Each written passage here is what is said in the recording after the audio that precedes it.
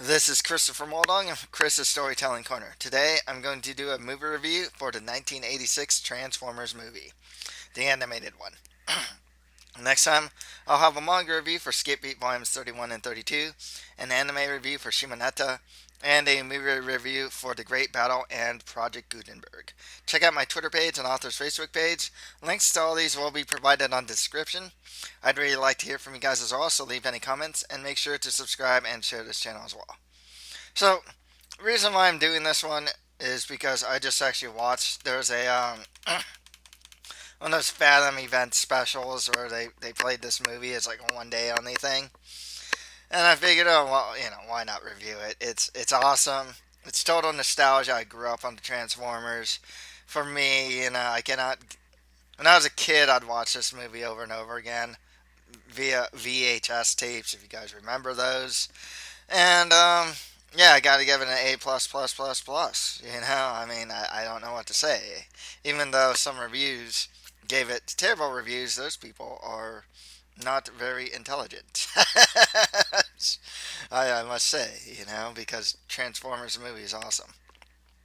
So let's recap the Transformers movie, and I'll give my thoughts on the movie.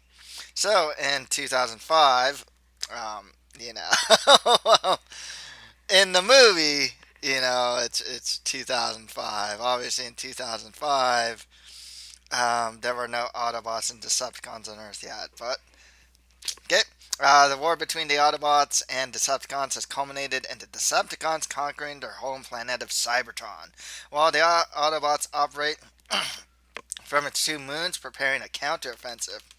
Optimus Prime sends an Autobot shuttle to Earth's Autobot City for energon supplies, but the Decepticons, led by Megatron, commandeer the ship and kill the crew, consisting of Ironhide, Ratchet, Prowl, and Brawn. Traveling to Earth, the Decepticons attacked Autobot City, slaughtering many Autobots and leaving only a small group alive, including Hot Rod, who I think is just this is the movie. This is the first movie where he makes an appearance. Like he makes an appearance in this movie. Cup, actually most of these characters. Now that I think about it, Cup, Ultra Magnus, RC, Springer, Blur, Perceptor, Blaster, and the human Daniel Witwicky or Daniel. Daniel. The next day, Optimus and the Dinobots arrive as reinforcements, and Optimus single-handedly defeats the Decepticons to the tune of "The Touch" by Stan Bush, and engages Megatron in a climactic battle that leaves both of them mortally wounded. Thank you, Hot Rod, for trying to stop Megatron, and then he ends up shooting Optimus anyways. So on his deathbed, Optimus passes the matrix of leadership to Ultra Magnus, informing him that its power will light the Autobots' darkest hour, and dies. Actually, what happens is that Optimus gets the matrix of leadership outside of, and he drops it, and Hot Rod is actually the one that catches it, and then he gives it to Ultra Magnus. So, elsewhere, the Decepticons jettisoned the wounded from Astro Train, including Megatron, at the hands of good old Starscream. The wounded are found by Unicron, a gigantic sentient cyber planet who consumes other planets. Um, Unicron offers Megatron a new body in exchange for destroying the Matrix, which has the ability to destroy Unicron. Megatron agrees and is converted into Galvatron, gaining new troops from other Decepticons present. Um, you got like the Sweeps, Cyclonus, Tracker, if I'm not mistaken, um, Starch, or man, I forgot. I know my Transformers quite a bit, but I can't believe I forgot. Um, well, anyways, going to Cybertron, Galvatron crashes Starscream's coronation as Decepticon commander and destroys him before traveling to Autobot City to eliminate Ultra Magnus. The surviving Autobots escape in separate shuttles, which are damaged by the Decepticons and crash land on different planets. So Hot Rod and Cup are taken prisoner by the Quintess, uh, Quintessons, multi-faced tyrants who hold these kangaroo courts and execute prisoners by feeding them to the Sharkticons. Hot Rod and Cup learn of Unicron from Kranix, a survivor of Lithone, a planet that was devoured by Unicron. After Kranix is executed, Hot Rod and Cup escape their own trial, aided by the arrival of the Dinobots and another Autobot that they meet on that planet, Wheelie, who helps them find a ship to leave the planet. The other Autobots land on the Junk Planet, where Galvatron kills Ultra Magnus and seizes the Matrix, intending on using it to control Unicron. The Autobots reunite and befriend the local Junkions, led by Wreck-Gar, who then rebuild Ultra Magnus, and then they party to Weird Al Yankovic's Dare to Be Stupid. So, which is pretty fun. Learning Galvatron has the Matrix, the Autobots and Junkions fly to Cybertron, which Unicron, discovered to be a gigantic transformer, also now in robot form, begins to destroy. So, the Autobots crash their spaceship through Unicron's eye, but they end up separated.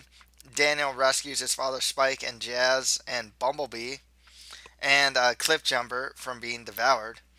Hot Rod confronts Galvatron, who tries to form an alliance, but is forced into attacking Hot Rod by Unicron. Unicron has its power to pretty much just like put Galvatron in immense pain wherever he is, pretty much. So Hot Rod though obtains the Matrix, which converts him into Rodimus Prime, the Autobot that Optimus said would light their darkest hour.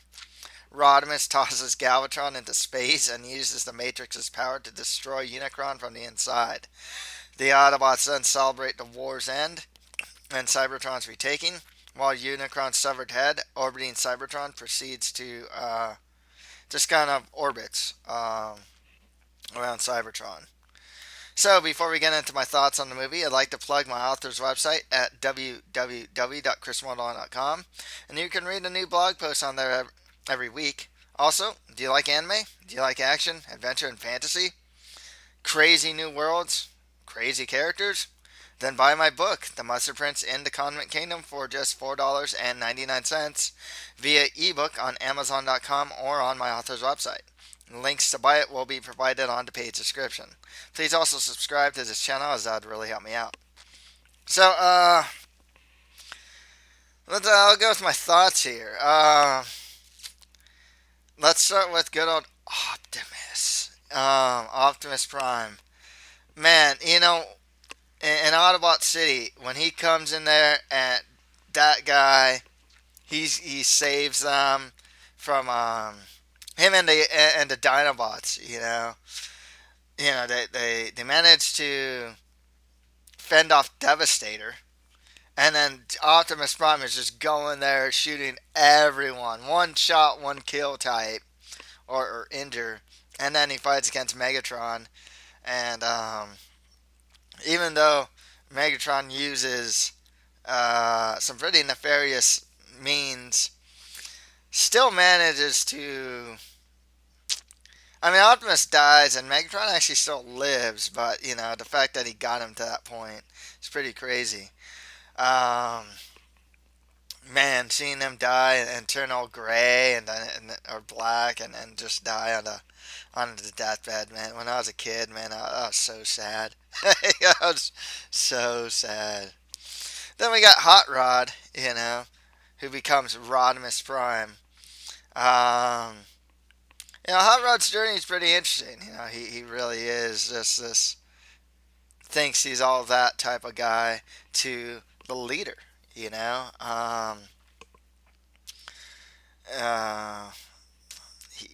dares to be a winner.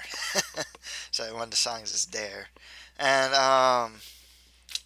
what can I say? He is pretty much what his name implies, a hot rod, he does things fast, doesn't always think, kind of just does. Kind of like the cool Autobot. And then by the end, But it's his fault that, like, in a sense, that Optimus died. But by the end, he becomes worthy of the Matrix and becoming a Prime. So that was pretty cool. And the whole transformation from, like, Hot Rod to Rodimus Prime is pretty cool. It had Cup, who played, like, the veteran, the, pretty much like an advisor type, you know? Um, he is pretty much a good advisor to Hot Rod, Ultra Magnus, who's like this more of a soldier, and he'll admit it as much too. It's like, dude, I'm just a soldier. I mean, that's the thing with Ultra Magnus. He's not really much of a leader, but more so of just a soldier, you know. Unicron, what a what a beast of a transformer. You know what I mean? I know in the later Transformers, if I'm not mistaken, you actually get to see his creator. And then the creator also made like an Energon version of Unicron, if I'm not mistaken. I forgot if it's in the show. Yeah, they actually used the head too. Um, that's orbiting Cybertron as well. Excuse me. Yeah, Unicron. I mean that. It's got to be said though. It's like, man, how did you not guys not spot a giant robot transforming planet in orbit before? You know, like where was this thing? I mean, was it in the outer reaches of the universe or something? I mean, this thing is like, how do you miss this thing? You know, like that was the thing. But otherwise, what a I mean, it eats the moons. You know, I mean, this thing it is just it is it's Galactus. You know, it's like the Transformers version of Galactus. There we go. Um, it's cool. It's crazy seeing him transform. His power is so insane, and he was able to upgrade the likes of Megatron and other Decepticons into like much stronger Decepticons as well. I always like seeing the Dinobots as well. They kick butt. Me Grimlock. Grimlock's the best. Dude, that guy's so funny. You know, tell me a story. Like so. It's just he's just a funny dude, and I always like the Dinobots are super strong. They were able to actually fend off Devastator, save Cup and Hot Rod, and yeah, they've always been kind of this not so intelligent yet super powerful team. I mean the Dinobots they've always been that way, and that was no exception in this movie. Megatron, man, Galvatron, what a definitely definitely one of the most iconic villains pretty much out there if you really think about it. Megatron was killed a lot of Autobots in this movie, always plotting. It's like, and as Galvatron, it's like, I'm going to use the Matrix for myself. It's like, we knew he was going to do this. I mean, it's just like, he's not one to be controlled. I mean, that's the thing. He'll still be out there, and after this movie, it goes to like the next generation. I think they call it generations. I always thought of it as seasons, of Transformers and whatnot. And yeah, my friend didn't like his design though. The purple orange didn't really like. He liked the Megatron design a lot more. One thing that's really interesting too is how many characters died. Some of them I liked. I remember like Ironhide throughout the TV, the cartoon. It's like, man, he's like the tough one. Um, he's just really tough, and he dies pretty early. Ratchet's another one I liked. He died. That kind of sucked. Um, so yeah, that's really unfortunate. Now, here's the thing. Here's the thing, though. That's really funny if you really think about it. Uh, you know, this movie kind of forces you to suspend your disbelief. But let's just put it out there right now.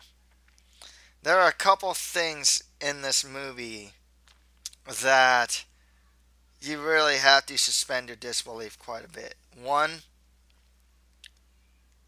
how does Astro Train be able to carry all those Decepticons? And Devastator in there?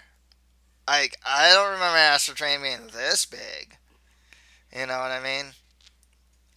So there's that. Two, if the Junkions were able to recover and fix Ultra Magnus, couldn't they just do that with Prime and all these other Autobots? I mean, if you really think about it, I mean, you know, dare to be stupid though, I guess. But yeah, I mean, if they did it with Ultra Magnus, why not? Why couldn't they just recover Optimus Prime? Obviously, uh, eventually Optimus Prime will actually come back, and then Rodimus will give him the Matrix back, and then Optimus becomes the leader again in future episodes. Um, but yeah, there's just stuff like that. How is it that Starscream has a soul? It's kind of strange. The soul actually extends into the Beast Wars, right? Yeah, yeah, because Starscream's soul actually ends up in Beast Wars and Beast Machines too. So that's another thing that makes you kind of scratch your head as well. Yeah, yeah. So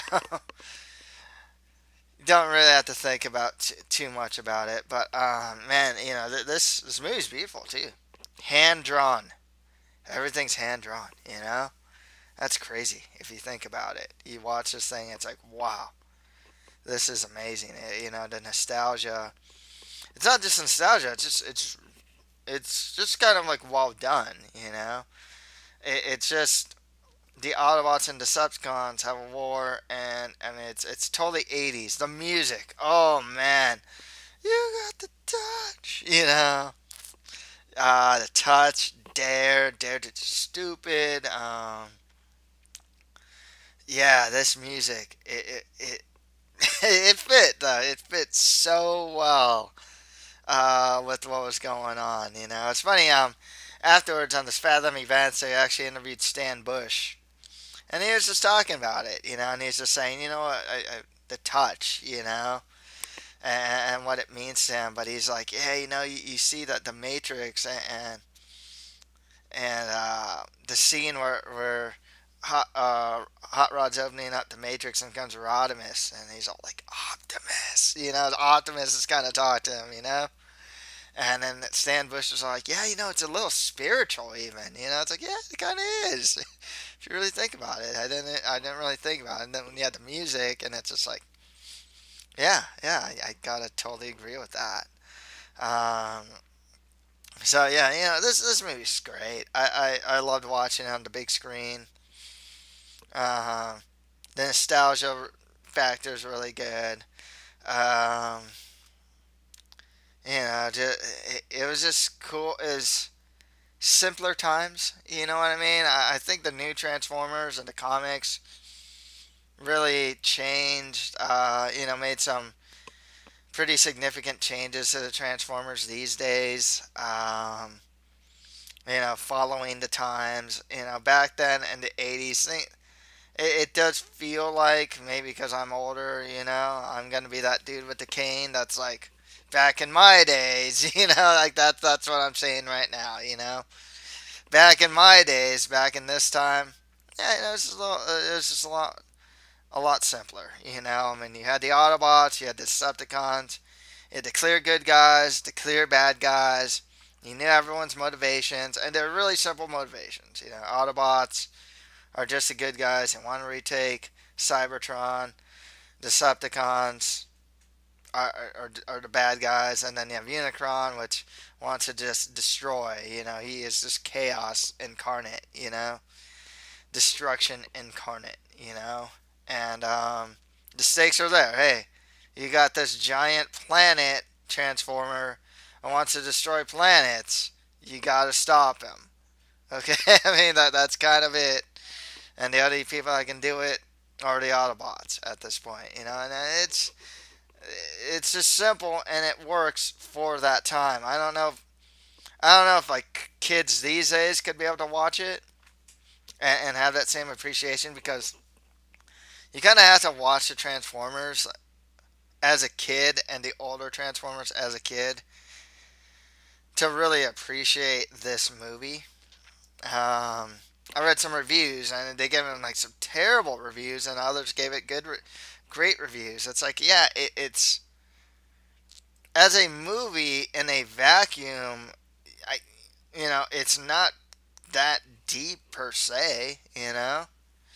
You have to know the source material a little bit in order to appreciate it. That's just kind of how it goes. This is actually canon. Stuff that happens in this movie continues on into the TV, into the cartoon. That's the thing. The J.I. Joe movie did the same thing. So, but I think it's great. It was fun walking down memory lane in a sense too. But it is a beautiful movie. It really is. Like the animation, the characters. You kind of know what's going on, the clear stakes and whatnot. So yeah, great times. So that's all for today. If you like this, don't forget to subscribe, share, and comment to this channel. Thank you for listening to this movie review.